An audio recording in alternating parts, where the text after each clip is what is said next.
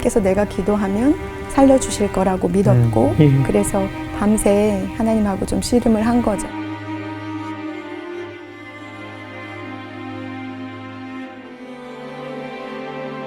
이렇게 손을 보여주시더라고요. 근데 이 손이 피가 많이 나는 손이었어요. 이 안에 가시도 있고 유리 조각도 있고 못도 있고. 그러니까 내가 너를 빚어감에 있어서 너는 내가 빚는다고 아프다고 말하지만 나도 너를 빚으면서 여전히 아파.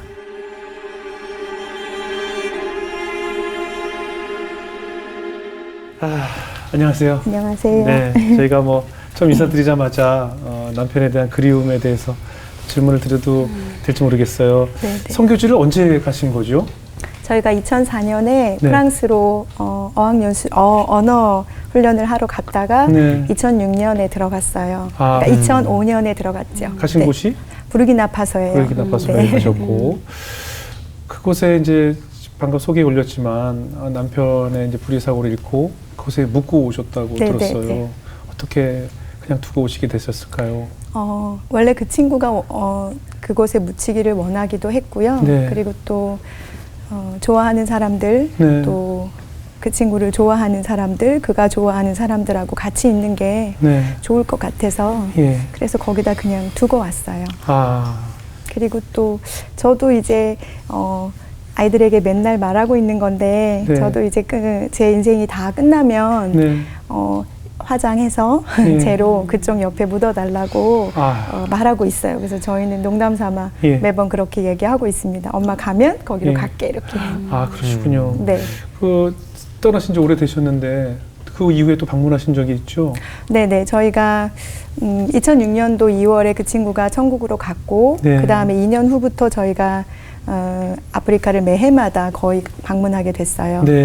왜냐하면 우리 아이들에게 아프리카는 아빠가 있는 곳이기도 하고 그리고 또 우리 아이들의 정체성이기도 하고 그리고 또 자라나면서 아이들이 흔들릴 때마다 붙잡아야 될 힘이라고 생각했기 때문에 그곳으로 다니게 되었습니다. 그 전도사님은 어린 시절부터 선교에 대한 비전을 품으셨다고요? 네, 제가 16살에 저희 교회가 인천에 있는 교회인데 모교가 그 선교의 비전이 굉장히 많았던 교회예요. 그래서 그 교회 본당 앞에 이렇게 그 전 세계 지도가 이렇게 돼 있었던 곳인데 그걸 제가 보면서 선교에 대한 비전을 꿈꿨죠. 16살부터 아프리카에 대해서 막연한 가고 싶음이 있었어요.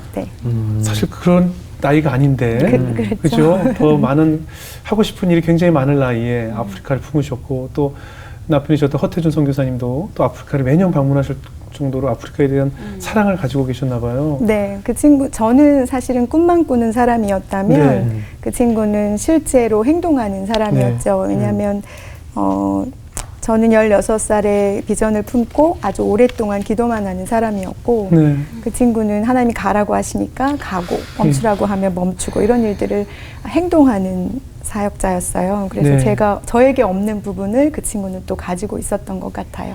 이렇게 오랜 시간 아프리카를 품고 비전을 꿈꾸면서 방문하게 된 부르키나파소인데 그곳에 간 6개월 만에 사고가 났다면서요. 어떻게 사고가 난 거예요? 저희가 원래는 선교사로 현지에 가면 한 1년은 그 현지를 적응하는 기간을 가져야 돼요. 그렇겠죠. 언어며 이렇게. 그런데 교회를 개척하고 싶은 마음이 내나 계속 있었고 그래서 저희 집에서 교회를 오픈한 거예요. 생각지도 않게. 그랬는데 그 아프리카는 그 현지인 가르댕이라고 그래서 현지인 그 집을 지켜주는 분들을 꼭 한 분씩 모셔야 돼요. 집에 같이. 그러니까 가드 같은 경우군요. 왜냐하면 이제 현지인하고 친해지는 계기도 되고 그리고 또 외부로부터 우리를 보호하는 거기 때문에 그래서 그분이 저희 교인이 되신 거죠. 그냥 자연스럽게. 그런데 그분이 아내가 저희에게 와서 그분이 말하기를 아내가 뱀에 물렸는데 목사님 신방 가줬으면 좋겠다고. 그래서 신방을 갔다 오는 길에 사고가 난 거예요. 교통사고였어요?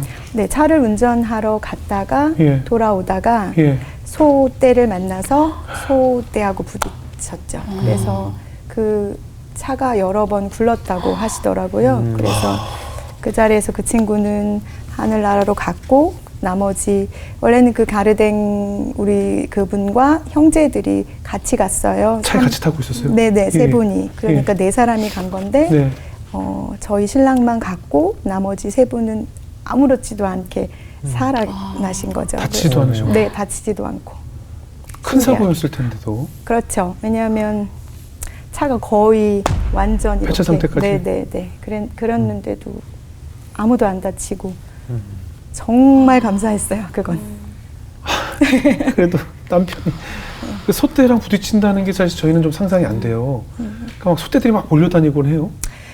왜냐하면 아프리카는 아시는 것처럼 식량이 별로 예. 그렇게 많지 않은 지역이기 때문에 소를 굉장히 귀하게 여겨요. 그렇죠. 그래서 그리고 또 방목하는 거기 때문에 예. 소가 이렇게 갈 때는 모든 게 멈춰서야 되는 거예요. 네. 이동할 때는. 그런데 아마 조금 속도를 냈거나 아니면은 급하게 왔거나 이러다가 소떼를 보고 멈추지 못하고 그냥 이렇게 부딪힌 것 같아요. 그런데 원래는 소떼를 보면 부딪혀야 덜 사고가 난다고 하더라고요. 그래요? 예. 근데 이 친구는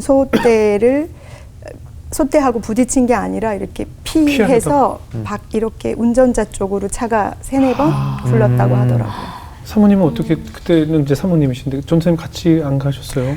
그때 다행히. 원래는 같이 가려고 했어요. 그렇겠죠. 저희가 정탐 1년 동안은 정탐하는 게 저희의 꿈이었기 때문에 그래서 같이 저하고 태중에 있는 아이랑 그리고 이제 남편이랑 같이 가려고 했는데 자리가 부족해서 그 갸르댕하고 그 두 분이 형제거든요. 예. 저희가 부르키나파소가 가나하고 붙어 있는데 예. 집이 가나 국경까지 가야 하는 거예요. 굉장히 먼 거리였기 때문에 현지인들은 이동하기가 어렵거든요. 그래서 그 김에 가고 싶다고 해서 저희가 양보를 한 거죠. 그렇게 먼 곳까지 신방해주기 위해서, 기도해주기 위해서 가셨다 오시는 길에 네. 이렇게 큰 사고가 나셨는데 결혼한 지 얼마 만에 그런 사고가 있었던 거예요? 5년이요. 5년 만에 5년인 것 같아요. 또 방금 말씀 보니까 태중에 태아도 네. 둘째까지 있을 텐데. 네, 둘째 아이가 그때 아마 4개월, 3개월이었던 것 같아요. 혹시 사고 나시던 전날 남편분과 혹시 어떤 대화를 나눴는지 기억나요? 마지막 날에? 전날 사실은 저희 차가 네. 그래도 조금 좋은 차라서 네. 이웃에 계신 분이 토고에 예. 일 때문에 다녀오신다고 하면서 저희 차를 빌려가셨어요. 그래서 네. 저희가 그 차를 빌려드리고 받고 나서 점검을 한번 하면 좋겠는데 점검을 하러 나갔는데 그 공업사가 열지 않아서 점검을 못하고 왔어. 좀 네. 이상하다. 예. 이러면서 들어왔어요. 그래서 제가 하나님이 알아서 하시겠지. 하나님의 뜻이 분명히 있을 거야. 이렇게 제가 밤에 얘기를 했단 말이에요. 네. 그런데 사고 나고 상황이 막 급박하게 지나갈 땐 제가 기억이 나지 않았는데 네. 좀 시간이 지나고 나서 제가 그 이야기를 한 게 떠오르더라고요. 그래서 하나님의 뜻을 내가 거기서 얘기한 게 옳은 거였나? 이런 생각도 들었고 또 유품 정리하면서 짐 싸서 나오기 전에 그 친구 책상을 이제 정리하는데 저희가 연말에 크리스마스 때 성탄 선물을 받은 게 있었어요. 성경책이. 네. 근데 이렇게 쭉 읽어 내려가는 중에 그 창세기 에녹 장면이 나오는데 네. 그 부분에다가 하나님과 동행하는 부분에 동그라미를 치고 그리고 그 끝부분이 그가 죽음을 보지 아니하였더라로 되어 있어요. 데려가셔서. 그래서 그 부분을 제가 이렇게 펼쳐져 있는 성경을 보고 조금 마음이 많이 아팠죠. 그러니까 여러 가지를 조합해 보니까 하나님이 계획하신 일들이 이루어지고 있었구나라는 생각이 들었어요. 네. 그 남편분이 하늘나라로 간 그날 밤에 하나님과 밤새 실랑이를 하셨다고 들었거든요. 왜냐하면 저는 그때 부모님이 안 계셨거든요. 저희 네. 엄마도 아빠도 좀 일찍 돌아가셨기 때문에 네. 저는 사실 하나님이 저에게 그렇게 잔인하시진 않을 거라고 생각했어요. 네. 그래서 그리고 저는 그때 아주 굉장히 영적으로 깊이 있게 주님과 교제하는 시간이 충분히 있었기 때문에 네. 기도하면 죽은 나사로를 살리신 것처럼 살리실 거라고 믿은 거예요. 네. 왜냐하면 사고가 난 현장에 저는 가 있을 수 없었고 네. 너무 거리가 멀었기 때문에 한인 선교사님들이 밤새 달려가고 계셨고 저는 예. 이제 그 상황을 전화로만 듣고 있었던 예. 거예요. 저는 본 게 아니기 때문에 하나님께서 내가 기도하면 살려주실 거라고 믿었고 예. 그래서 밤새 하나님하고 좀 씨름을 한 거죠. 살려주시기를 바라고 네. 살려주세요. 네. 그리고 그래야 하나님이 공의로우시다고 생각했어요. 네. 왜냐하면 하나님은 사랑이시고 뭐 하나님은 자비로우시며 하나님은 영화로우시고 이런 여러 가지 하나님의 수식어들이 다 제 기도의 제목이었죠. 그런데 새벽쯤에 저에게 그 찬양을 계속 부르게 하셨어요. 내게 있는 향유옥합 주께 가져와 라는 찬양을 계속 반복해서 부르게 시키시더라고요. 그러시면서 저한테 이제 그만 너가 그를 얼마나 사랑하는지 알고 너한테 얼마나 소중한지도 내가 알지만 이제 내가 그를 받기를 원한다고 말씀하셨어요. 그래서 싸웠죠, 하나님하고. 그런데 뭐 어떡하겠어요. 하나님께서 그렇게 하기를 원하신다고 하셨고 그도 그렇게 그 땅에 묻히기를 원했고 그래서 하나님께 드리기로 제가 하나님 앞에 순종했죠. 네. 하나님께 드리기로 순종을 했다라고 이제서는 말할 수 있겠지만 당시 감정을 저희가 조금이라도 더 이렇게 본다면 나도 다 그냥 포기하고 싶은 충동이 굉장히 많았을 것 같아요. 따라가고 싶은 충동이 어떠셨어요? 사실은 한국에서 그 사고를 들으시고 네. 파송교회와 또 이제 식구들이 들어오는데 일주일 정도 시간이 걸려요. 네. 그래서 그 시간 동안 제가 그 친구의 관을 보러 다니고 또 묘지를 보러 다니고 어떻게 그 오시는 손님들을 만나고 이러는 과정들을 겪으면서 사실 현실적이지 않다는 생각이 들었어요. 네. 그래서 약간 정신을 조금 놓고 있었던 것 같아요. 네. 그리고 그러면서 저도 그냥 뭐 이렇게 뭐 끝나도 뭐 나쁘진 않을 것 같아 이런 마음이 들었었단 말이죠. 그런데 네네. 뱃속에서 이렇게 꽉 뭉치는 거예요. 굉장히 아프게 뭉치더라고요. 그래서 제가 그때 깨달은 거죠. 아, 내가 나만 살고 있는 게 아니구나. 나만 존재하고 있는 게 아니라 내 뱃속에 내 아이가 같이 있구나라는 생각이 들어서 농담 삼아 지금도 저희 아이한테 고맙다고 해요. 너 때문에 내가 살려고 노력을 했어 라고 말하죠, 둘째한테. 근데 뭐 그 지나오시면서도 그런 충동이 드는 순간들이 얼마나 많았겠습니까? 그날뿐만 아니라. 아이들이 조금 자랐을 때 사실은 그리움이라는 단어는 그 사람이 막상 떠났을 때 오는 것보다 이렇게 살면서 오는 그렇죠, 그리움이 그렇죠. 더 이렇게 켜켜이 쌓이는 것 같아요. 그래서 살면서 그립다는 생각이 들 때도 있고 그리고 또 아이들이 자라면서 변화되어지는 걸 제가 다 감당하기 어렵다고 느낄 때가 있었는데 그때 하나님 앞에 제가 그랬죠. 하나님, 나 이제 그만 천국에 가고 싶은 생각이 있어요. 이제 여기서 그만하고 천국에 가고 싶은데 오늘 밤 자고 일어나면 천국에 갔으면 좋겠어요 라고 이렇게 기도하고 잔 적이 있어요. 그런데 그날 밤에 제가 꿈을 꿨는데 제가 버스를 타고 이렇게 가는 거예요. 근데 버스 안이 엄청 캄캄했고 사람은 그냥 이렇게 검은색 형체로 이렇게 있는 거예요. 근데 저도 그 안에 서서 계속 이렇게 흔들리면서 버스를 타고 가는데 밖은 버스하고는 상관없이 엄청 환하고 아름답고 향기로운 것처럼 보이는 거죠. 그래서 제가 이제 나도 이 버스에서 내려서 저기로 좀 가고 싶다 이런 생각이 들었어요. 그래서 한참 가는데 누가 제 어깨를 이렇게 잡더니 이 뒷자리 내리는데 버스 내리는데 거기 바가 있잖아요. 거기에 저를 딱 걸터 앉히게 하는 거예요.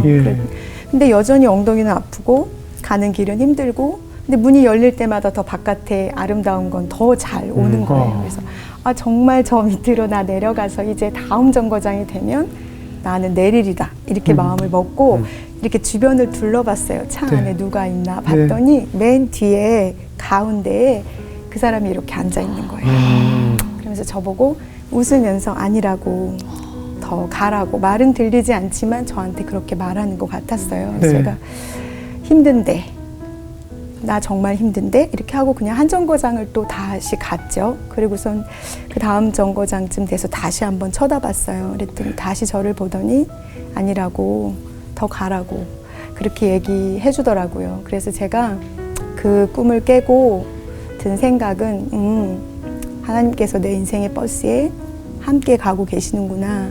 그리고 그 친구도 나와 함께 있구나 라는 생각이 들었어요. 예수님이 그렇게 가끔 저에게 좋은 사람들의 모습으로 오시는 것 같아요. 그 친구의 모습으로 저는 예수님이 오신 거라고 생각해요. 그 우리 남편분은 예전에 어떤 남편이었고 어떤 아버지였어요? 저랑 처음 소개해서 만나는 날도 1시간 반이 늦었어요. 왜냐하면 길거리 이렇게 오다가 찬양하는 팀이 있으면 같이 서서 찬양을 하는 거예요. 그리고 또 이렇게 바닥에 2단 전단지가 있으면 주워와요. 그래서 늘 가방이 뒤에 아주 큰 가방을 메고 다녀요. 그럼 그 가방 안에 뭐가 들었냐면 2단 전단지들, 그 다음에 불어권 선교회의 홍보지들, 이런 것들이 들어있어요. 그리고 또 도를 전하시는 분들 있잖아요. 사람들이 있으면 그 도 전함을 받고 있는 사람들 뒤에 가서 가라고 빨리, 이렇게 그런 일들이 도를 하십니까, 이런 분들이요? 네네네네. 그러면 그런 일들을 늘 하다가 오다 보니까 저랑 만나는 시간은 매번 늦었어요. 여자친구 기다리는데 그걸 다 전단지 줍고 있고 이 농마 하듯이 이렇게 줍고 도와주시라고 이거 하고 주시는 거예요? 다른 사람들이 그 전단지를 보는 게 자기는 좋지 않다고 하더라고요. 왜냐하면 누군가 그걸 보고 마음이 변할 수도 있기 때문에 주워서 없애요. 그래서 다 읽어보고 불에 태우는 작업들을 태우기까지 했어요. 네, 그래서 제가 저희 한국에 있을 때 그 친구가 불을 태워서 그걸 태우는 장면이 가끔 생각나요. 그래서 첫인상부터 어땠어요? 별로죠. 그래요? 일단 마음이 상해 있어요. 1시간 반이면. 네, 마음도 상했고 옷도 거지같이 입고 왔죠. 왜냐하면 진심이 느껴졌어요. 정말 결혼해서 용됐죠. 그럼 옷 차림새도 마음에 안 들고 약속 시간도 늦게 왔고 또 어땠어요? 처음 만나서 식사하고 차 마시면서 얘기해야 되는 자리에서 불어권 선교회에 대한 세미나를 저한테 하고 있는 거죠. 만나자마자 네, 불어권 아프리카는 이렇게 생겼고 사하라가 어디고 저한테 그러는 거예요. 그래서 너는 정말 아니다. 제가 그리고선 피해 다녔어요. 한 3개월을. 근데 선생님이 저한테 나는 너가 정말 멋진 사람이었으면 좋겠다. 사람을 외모로 보지 말고 그 사람이 갖고 있는 비전과 꿈을 좀 보면 좋겠어 라고 말씀하셔서 억지로 만났어요. 근데 7개월 후에 결혼했어요. 7개월 만에요? 네. 어떻게 마음의 변화가 오셨어요? 저를 많은 분들이 저를 누구를 만나게 소개를 시켜주면 그 거절의 이유가 있어요. 그게 뭐냐면 사람은 참 좋은데 점점점 부모님이 2분 다 안 계셔서 이거였어요. 늘 거절의 이유가. 전주사님의 좀 단점이라고 지적하는 것이.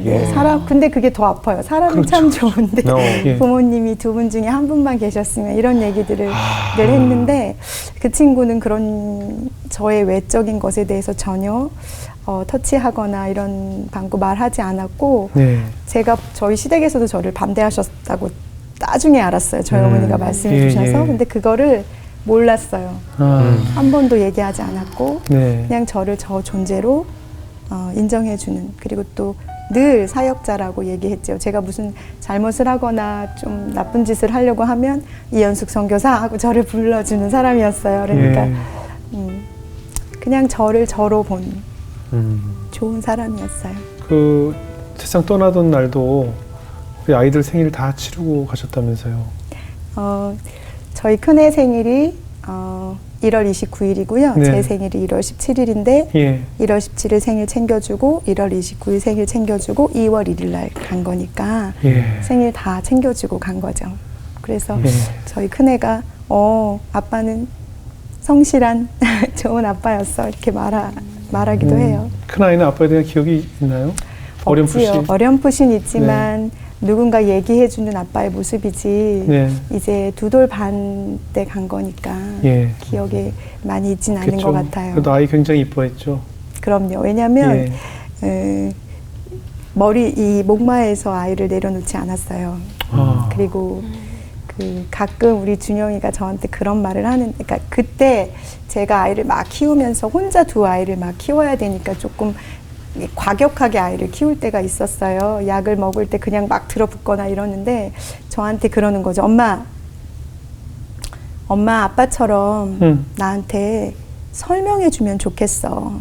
왜냐면 내가 왜 이걸 이렇게 해야 되는지 말해주면 내가 이해할 수 있거든. 이렇게 저한테 말하는 거예요. 그리고 보면 목욕도 늘 아빠가 시키면서 약을 먹일 때 이 약을 왜 먹어야 되는지 또 이 약의 효능은 뭔지 이 약을 안 먹으면 어떤 결과가 있는지를 설명해 주는 사람이었어요. 3살 딸에게도. 네. 그러니까 다르죠. 저하고는 양육법이 좀 달랐어요. 그래서 사실은 그 다른 양육법으로 아이가 사실 지금도 가끔 그런 생각이 들어요. 아이들에게 아빠가 있었으면 좋겠다라고 생각이 들 때는 제가 아이들을 잘 못 키운다고 느낄 때 또는 저의 성향이나 성품들이 나올 때 좋은 아빠의 성품이 아이들을 키웠으면 어땠을까? 뭐 이런 생각들이 들 때가 있어요. 어떠셨습니까? 그 현지에서 부르키나파소에서도 지금 그 현지인들이 자신들을 선교하기 위해서 와서 굉장히 헌신하던 분이 이런 불의의 사고로 돌아가셨다는 것을 다 인지했을 거 아닙니까? 그때 그 장례식 모습은 어땠을까요? 제가 기억하는 장례식의 모습은 굉장히 웅장했어요. 아, 그래요? 굉장히 큰 교회에서 이루어졌고 외지인이었는데도 불구하고 부르키나파소에서 굉장히 유명한 찬양 사역자가 와서 찬양을 불러줬고 그리고 현지 목사님이 말씀도 전해주셨고 그리고 중요한 건 라디오에서 외국에서 온 선교사가 사고로 하늘나라로 갔고 그의 장례식이 오늘 이루어지고 있다고 방송에서 라디오로 해줬어요. 그리고 저가 이제 다 예배를 끝내고 무덤으로 가는데 가는 행렬이 이렇게 지나갈 때마다 사람들이 다 서서 저희들을 이렇게 바라봐 주는 거예요. 자전거를 타고 가다가도 멈춰서고 그게 저희에게 조의를 표해 준 거죠. 현지인들이. 그래서 저는 굉장히 감사했고 그게 되게 외롭지 않은 길이었어요. 그래서 하나님 슬프지 않게 외롭지 않게 이 친구의 마지막을 배웅해 주시는구나라는 생각이 들었죠.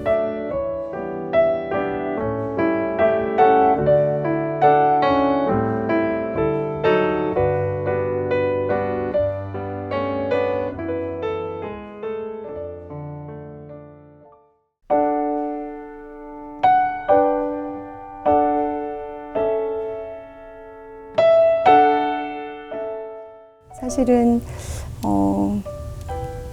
제일 힘들었던 게 제가 선교사로 파송을 받아서 부르키나파소로 나갔는데 들어와서 보니까 저는 뭐도 아무것도 아닌 거예요. 그래서 제가 기도하러 기도원에 올라갔어요. 왜냐면 저의 정체성이 너무 혼란스러웠기 때문에 하나님 앞에 기도했죠. 기도하러 무릎을 딱 꿇는 순간 하나님이 제게 내가 너를 얼마나 사랑하는지 아니? 라고 말씀하시는 것 같았어요. 그러시면서 이렇게 손을 보여주시더라고요. 근데 이 손이 피가 많이 나는 손이었어요. 이 안에 가시도 있고 유리 조각도 있고 못도 있고 그러니까 내가 너를 빚어감에 있어서 너는 내가 빚는다고 아프다고 말하지만 나도 너를 빚으면서 여전히 아팠어 라고 말씀하시는 것 같았고 제가 엄마가 돌아가셨을 때 또 그 사람이 사고가 났을 때 여러 가지 일들을 다 마치 영화처럼 이렇게 하나씩 필름을 돌리듯이 보여주시면서 그때 힘들었지 근데 나도 그때 너랑 같이 있었고 내가 그때 너를 사랑했어 또 그 다음 장면이 나오면 그때 너가 어떤 마음이었는지 내가 알지 그런데 내가 그때 너랑 함께 있었고 나도 같이 아팠어 라는 마음을 계속 부어주시면서 마지막에 저희가 파송받을 때 했던 플랜카드를 이렇게 보여주시는 거예요. 근데 그 플랜카드에 허태준, 이연숙, 가로 열고, 허준영, 가로 닫고, 선교사, 파송 이렇게 되어 있었어요. 내가 허태준 외에 누구로 한 게 아니라 한 사람 한 사람으로 불렀고 이제는 허태준이 아닌 너를 통해서 일하기를 원해 라고 말씀하셨어요. 그래서 나는 사실은 그때 총회에서도 저의 선교사 사직서를 요청했었거든요. 네. 그래서 나는 내가 어디에서 파송받는 선교사가 아니라 하나님께서 나를 부르셨고 나를 파송하셨구나 라는 확신이 그때 들었고 그 후로는 제가 선교사라는 것에 대한 정체성이 흔들리지 않아요. 큰딸 준영이 같은 경우는 3살까지 아버지에 대한 기억이 있잖아요. 지금 어떻게 돌아왔을 때 많이 힘들어하지 않았어요? 준영이가 제일 힘들었을 거예요. 왜냐하면 자꾸 상황들이 바뀌니까. 그리고 장례 치르는 내내 준영이는 계속 차 소리만 들리면 아빠다 했거든요. 근데 끝내 그냥 끌려서 저하고 같이 비행기를 타고 한국에 올 때까지 아빠는 옆에 존재하지 않은 거죠.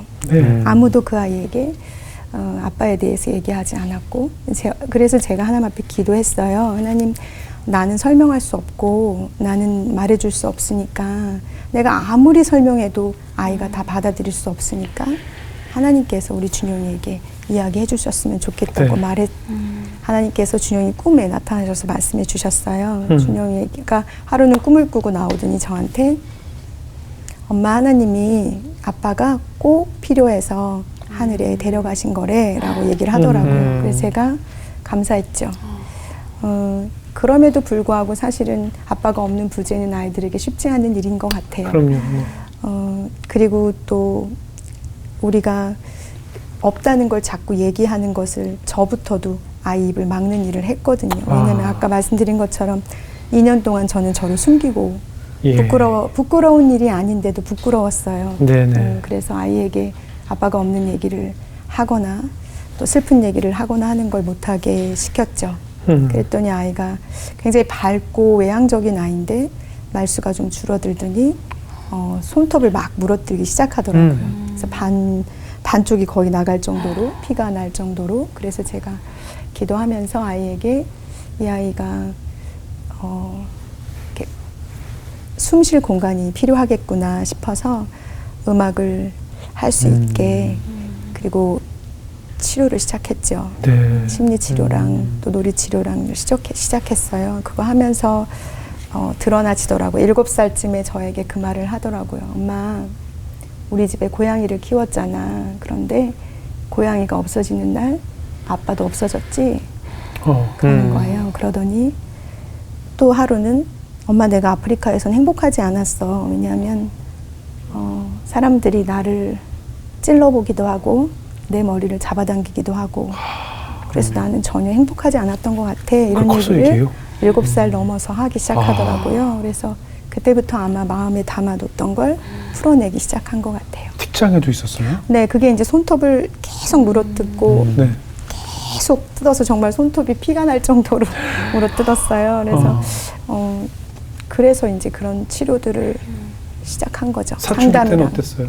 사춘기 때는 들으면 싫어할 수도 있는데 어느 날 갑자기 몰랐어요. 근데 손목을 이렇게 보니까 줄이 이렇게 있는 거예요. 그래서 이게 뭐야? 그랬더니 그냥 갑자기 이렇게 그으면 어떻게 될까라는 생각이 들었다는 거예요. 그래서 제가 그날 사실은 준영이가 책임감이 강하고 엄마가 슬퍼하는 일, 엄마가 힘들어하는 일에 대한 마음을 이렇게 닫는, 그러니까 예를 들어서 자기가 힘든 건 엄마가 힘들 수도 있으니까 말하지 않기, 이런 것들을 좀 했던 거죠. 그래서 제가 그날 학교를 멈추게 하고 일주일 학교를 안 가게 했죠. 그리고 그 아이를 데리고 유치원부터 시작해서 병원, 그 아이가 좋아했던 곳을 하루 종일 데리고 다녔어요. 그러면서 만나게 하고 그 아이를 사랑했던 사람들, 매 순간마다 그 아이에게 도움을 줬던 사람들을 다 만나게 하면서 내가 만약에 너를 포기하고 싶었다면 그때 했을 거야. 그런데 지금은 아니지 라고 얘기해주고 네가 얼마나 사랑받는 존재고 얼마나 존귀한 존재인지에 대해서 얘기해줬어요. 그래서 저는 사실은 저도 엄마가 돌아가셨을 때 죽고 싶다는 생각을 했었거든요. 그래서 약을 먹고 이렇게 많은 약을 먹고 잠든 적도 있기 때문에 죽음을 생각하는 사람들에 대해서 이렇게 동감하는 마음이 좀 있어요. 그래서 아이하고 야단치고 화내기보다 얼마나 소중한 존재로 하나님께서 이 땅에 보내셨는지 상황이나 환경이 좀 어렵지만 그럼에도 불구하고 하나님의 계획이 분명히 있다는 것을 그날 아이하고 같이 오래 얘기했죠. 근데 둘째 아들 충성이는 또 아빠를 한 번도 본 적이 없잖아요. 그래서 더 그리움이 클 것 같은데 어떤가요? 둘째 아이가 저한테는 숙제죠. 왜냐하면 첫째는 여자 같은 성이고 그러니까 저하고 대화도 좀 통하고 이젠 네. 커서 제 친구처럼 잔소리도 하고 이러는데 네.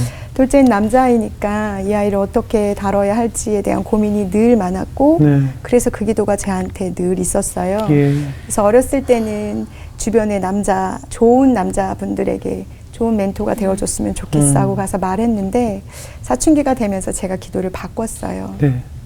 예수님도 호러머니 밑에서 자라셨잖아요. 네. 그러니까 예수님이 알려주시면 가장 좋겠다라는 예. 생각이 들어서 가장 일반적이고 다 그렇게 맞지라고 말하지만 저는 그게 가장 좋은 것 같아요. 그래서 지금은 성령님께서 이 안에 오셔서 이 아이에게 예수님이 어떻게 그 사춘기를 보내셨는지 어떻게 어머니 앞에 살았는지 하나님의 비전을 어떻게 꿈꿨는지를 알려주셨으면 좋겠다 하고 기도하고 있어요. 예. 아버지의 부재가 느껴질 때 무엇이 어떻게 채워지던가요? 채워질 수 있을까요? 채워질 수 없을 것 같아요. 네. 그게 저도 그래서 억지로 해결하려고 노력하지 않고요.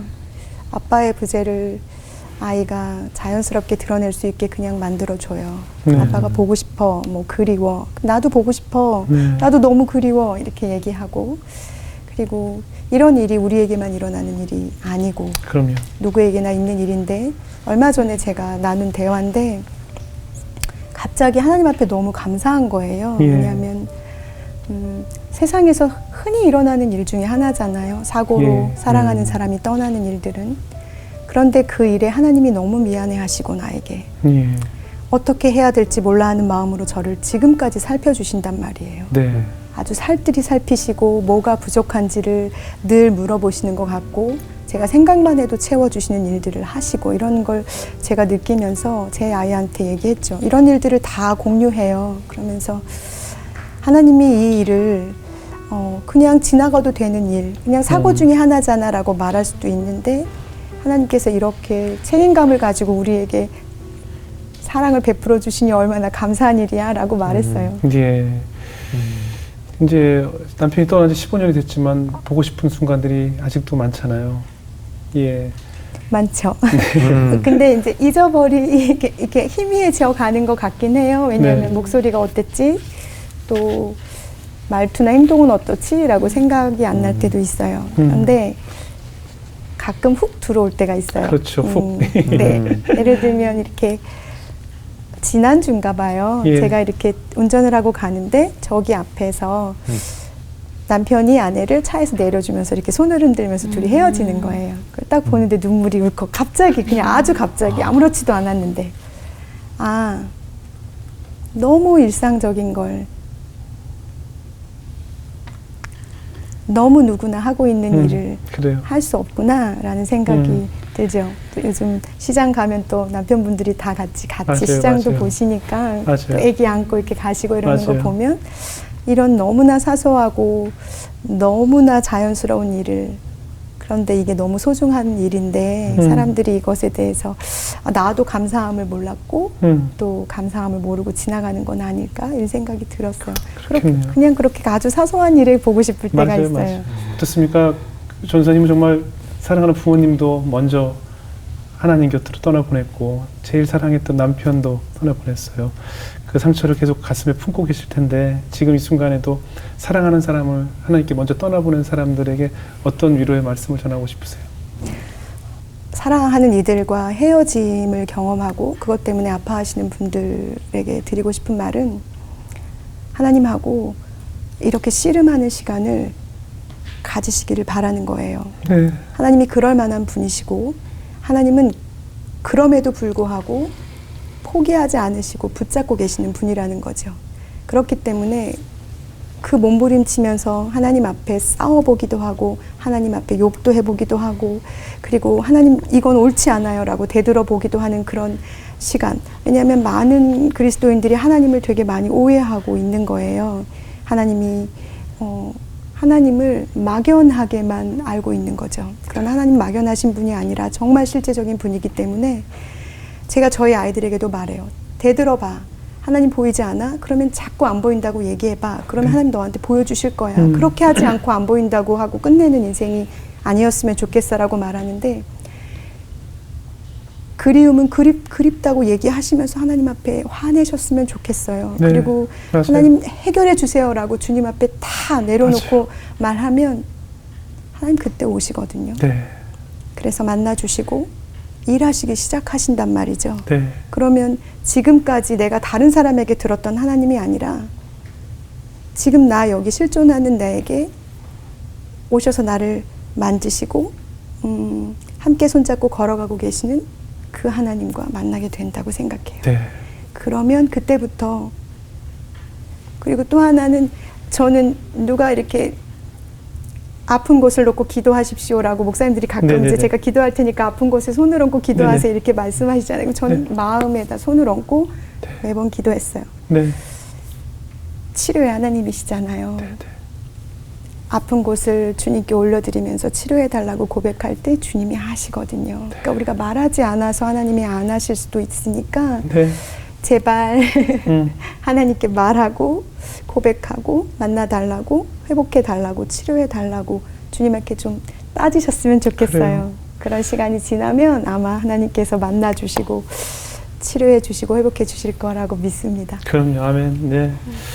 우리 마지막으로 하늘나라에 있는 우리 허태주 선교사님께 영상편지 한번 띄워보면 어떨까요? 영상편지. 네, 그동안 잘 지내오셨고 15년 동안 이렇게 지내오신 생활을 다 지켜보셨을 거 아니에요? 네, 우리 허태준 선교사님께 영상편지 한번 띄워볼게요. 나는 가끔 애들이 자전거를 새로 배울 때, 또 학교를 새로 입학하거나 졸업할 때 같이 못 봐서 좀 아쉬웠지. 그게 제일 좋아했을 거고 누구보다도 기뻐했을 텐데 아이들의 자라는 모습을 함께 보지 못하는 게 그게 좀 아쉽지만 충성이가 태어날 때 내 발치에 와서 너무 미안한 얼굴로 거기 서 있었던 것도 내가 봤고, 그리고 내가 그렇게 그냥 그만 살고 싶다고 생각했을 때 그렇게 내 꿈자리에 나와서 나를 또 격려했던 모습도 내가 봤고, 내가 늘 말하지만 하나님 가장 옆에 있으니까 잘 좀 해달라고 부탁해줬으면 좋겠어. 그리고 우리 잘 살다가 예쁘게 잘 살다가 복음으로 잘 살다가 만났으면 좋겠어요. 네. 저는 지금 방금 영상 편지 들어보니까 전 영화 그 사랑과 영혼 보셨어요? 고스트라는 네. 영화 기억나시죠? 네. 이렇게 도자기를 빚는 데미모 뒤에 사랑하는 패트릭 스웨이즈가 이렇게 안고 있던 모습에 본인만 느낄 수 있는 그 스킨십의 감동으로 눈물을 흘리잖아요. 지금 말씀하신 것처럼 둘째 아이 태어났을 때나 여러 가지 집안의 행사가 있을 때 늘 내 곁에 있었음을 다른 사람은 볼 수 없지만 아마 선교사님, 우리 전도사님은 느끼셨던 것 같아요. 그게 보이지 않게 늘 내 곁에 있다는 것. 내가 정말 죽고 싶은 그 위기의 순간에 꿈에 나타나서 버스의 뒷자리에 앉은 모습으로 나를 끝까지 버티게 해주셨던 그 존재가 아마 끝까지 천국 가는 그 순간까지 아마 전도사님과 우리 충성이와 준영의 가족이 함께하리라는 생각이 들었어요. 우리 삶이 그 끝없는 어두운 버스를 향해 가고 있는 것 같아요. 우리는 언제나 그 버스에서 뛰어내리고 싶고 덜컹거리는 비포장 도로가 싫어서 포기하고 싶은 순간이 죽는 날까지 있을 거거든요. 그 순간에 항상 우리 아버지와 또 사랑하는 남편이 뒷자리에서 항상 나를 지켜주고 뛰어내리지 않도록 보여줄 것이라는 믿음이 생겼습니다. 같은 아픔을 겪고 있을 아이들, 또 같은 경험을 하고 같이 눈물 흘릴 그들을 위해서 함께 울어주고 함께 기도할 수 있는 네. 전도사님의 역할을 앞으로 기대해 보겠습니다. 감사합니다. 네, 오늘 귀한 가정 나누셔서 고맙습니다. 감사합니다. 감사합니다.